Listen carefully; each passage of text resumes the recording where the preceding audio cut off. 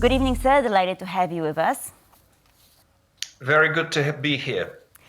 Professor, before we start discussing Ukraine, which of course is a tremendously important topic, I just wanted to use this opportunity and ask you, because you're based in San Diego, to ask you about student protests on campus in the US. How does the situation look like at your university? Well, interestingly enough, at my university, it was relatively calm. We have not seen the same kind of, tent city build-ups, opposition groups. There were some groups who came to campus who voiced different views. It was, in a way, the kind of exchange of views in public, strongly, passionately, and yet in a non-violent way. The kind of situation you would expect in a democracy. I think we have seen these kinds of presentations and these kinds of public expressions of different views at many colleges and universities in the United States. And of course, the ones where they got hot and mass and adversarial and violent, including University of Southern California, for instance, or UCLA, they got a lot more airplay than others. Right. I mean, I wonder if, we should be more active in trying to muster more support for Ukraine, because, of course, there was some good news recently with the $61 billion from the US being donated and, of course, $3 billion from the UK. However, it seems to have provoked a very violent Russian response. What is your take on these recent attacks? Well, I think, first of all, that Russia has its own plan. And Putin never diverted from it. He has been constantly saying that this is the objective. The objective is, in essence, to make Ukraine a province of Russia. And the Russian Federation has been doing everything in its powers to advance these objectives. So I don't think that there is much of that kind of give and take. I think Russia keeps doing what it's planned to do. The question is how much support and capacity Ukraine can get and can mobilize itself to counter all these developments. So Russia, of course, probably gave it a bit more push now because it wants to solidify whatever positions it's gained so far and increase its land grabs in Ukraine before more ammunition, before more military equipment gets to Ukraine from these aid packages. Right, it seems that they're trying to use this window of opportunity. President Zelensky has said that this summit that is coming up in Switzerland in June is crucial, and especially because Russia won't be taking part in it. So what do you think could be established during this conference? Perhaps a more unified... Well, I think... Go ahead. Yeah, I think these are important developments, and I think from the Ukrainian perspective, this gives Ukraine a better way to mobilize international support. Ultimately, the major factor in resolving the war is the battlefield. Unless Russia suffers significant losses, unless it sees that its capabilities are not sufficient to continue the advances, and that the international community is strongly behind Ukraine and committed to further support, they have no incentives to agree to any peace plan. So any kind of peace plan that comes out of any international forum is not going to have an effect in terms of forcing negotiations or anything like that. But if these efforts to promote peaceful resolution, solidify political support that translates in more military aid, that could inadvertently help more than whatever specific plans or peace proposals are worked out at these meetings.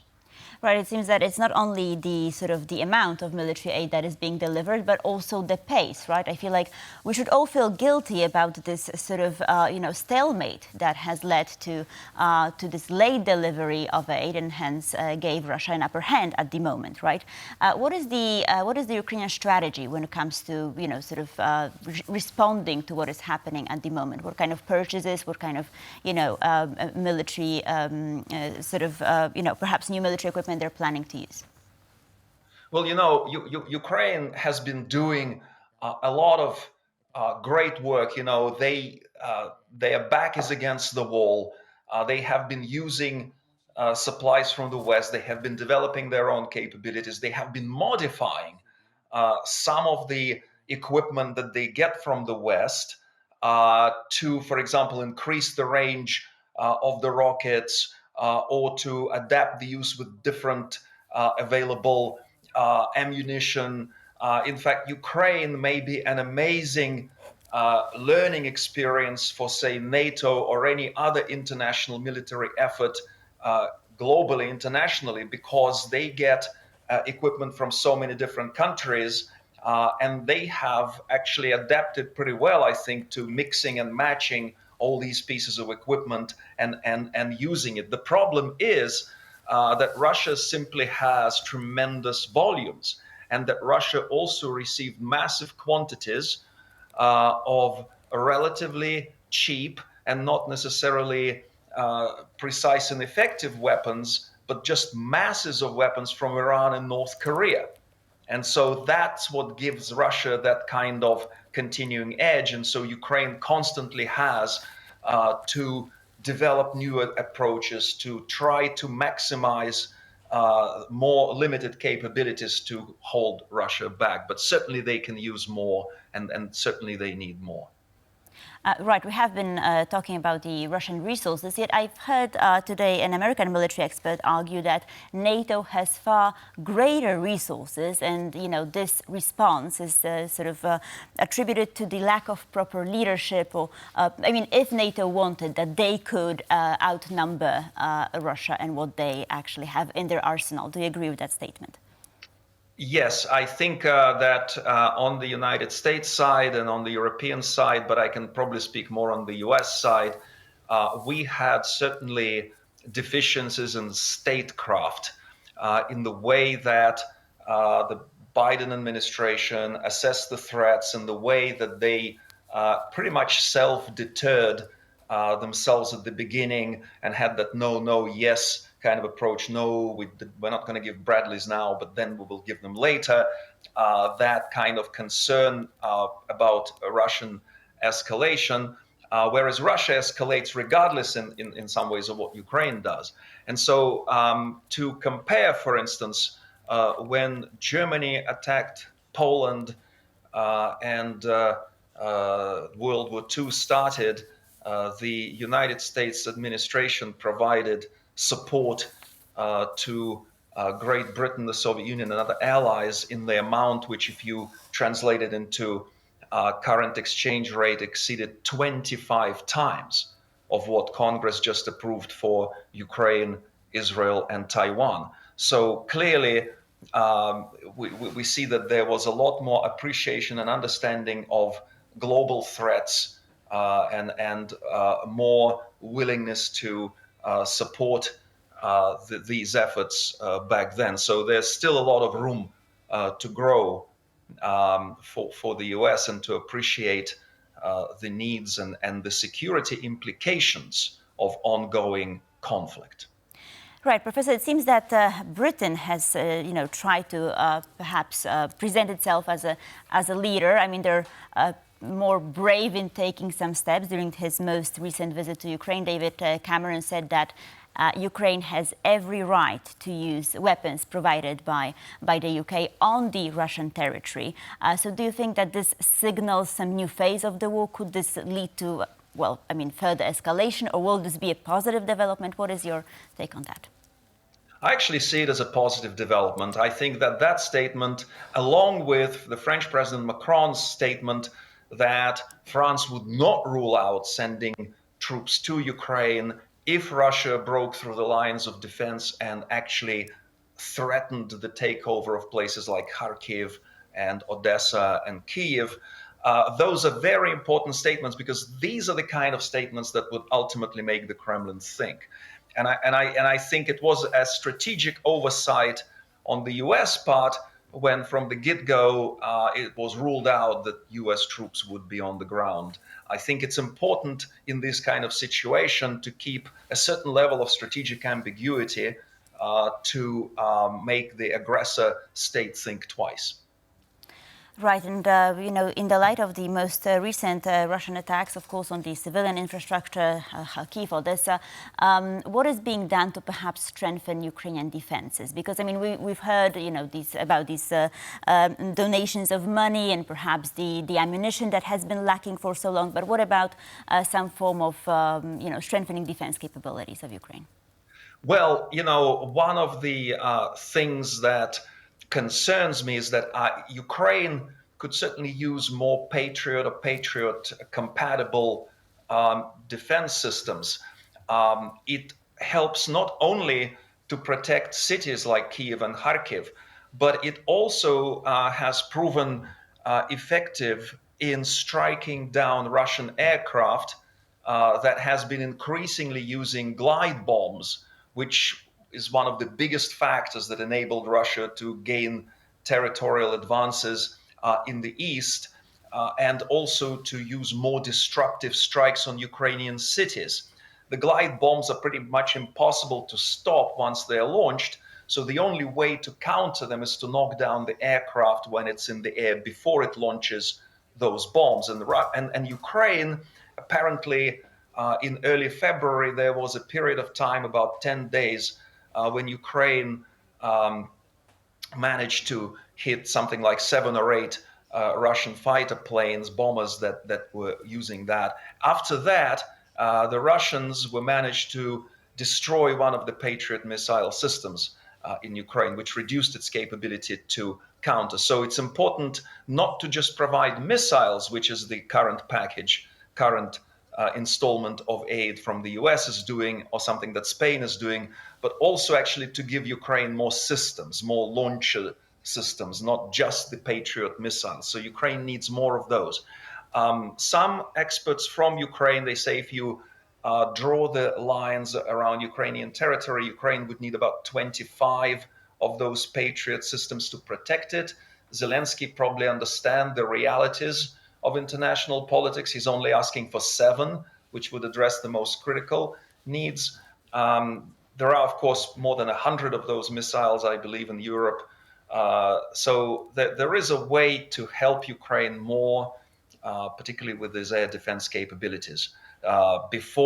Particularly before they may get F-16 planes, that would also be very helpful in defending against the aircraft that launches those very destructive glide bombs.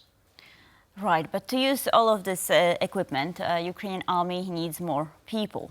So, of course, I wanted to ask you about this recent mobilization law. How is it being, sort of received by the Ukrainian public? Because there are divergent views, and sort of I wanted to ask you what is the latest on that front. Well, I think what you just said about divergent views it's obviously there. There are people who are responding more to this. There are some successes in drafting. They often call it, kind of a recruitment rather than mobilization. They try to entice people. They increased sort of the way for people to choose various units where to serve. So there has been some progress in that regard. On the other hand, of course, the war is very lethal. The thousands, tens of thousands of people who were committed to defense and volunteered, they went, and a lot of them lost their lives or were injured or wounded. And so it's a much harder effort now. But also, I think, as we see Russia making gains, there is a growing understanding that there needs to be more mobilization, more participation in the armed forces. So it is moving along. It is, of course, has a lot of resistance and controversies, but it has made some some inroads into the problem. Right, of course. And there's this, I would say, this delicate issue regarding Ukraine's allies, right? Because a lot of Ukrainian men went abroad to countries such as Poland. So people are speculating as to, what could happen in the future. Will Poland be, required, obliged, or shall it somehow aid this effort, to recruit more men into the Ukrainian army, to send some of these people back? What is your opinion on this? What are the current views of political scientists, I would say? Well, as my friends in Ukraine say to me, the challenge is to make people to want to fight. If somebody really doesn't want, if they resist it, they may not necessarily be good fighters. So I think that the efforts that are being made, for example, Ukraine saying they're not going to process passport extensions or provide other consular services if somebody is mobilization age unless they register with the military service, that would send the message that, hey, your homeland needs you, and hopefully some Ukrainians who are abroad would respond and would go back and would help the defenses in different capacities. Even if they don't go to the front, they may fill positions that would allow Ukraine to send others to fight. So there are different ways to do it. But I don't think that you could have a very effective dragnet and get everybody corralled and shifted to Ukraine, people who are abroad. But it does create the incentive and the opportunity for those who are more concerned and who want to go and join Ukrainian armed forces to do so. Thank you, Professor, for being with us this evening and for your insights. It was a pleasure to host you. My pleasure.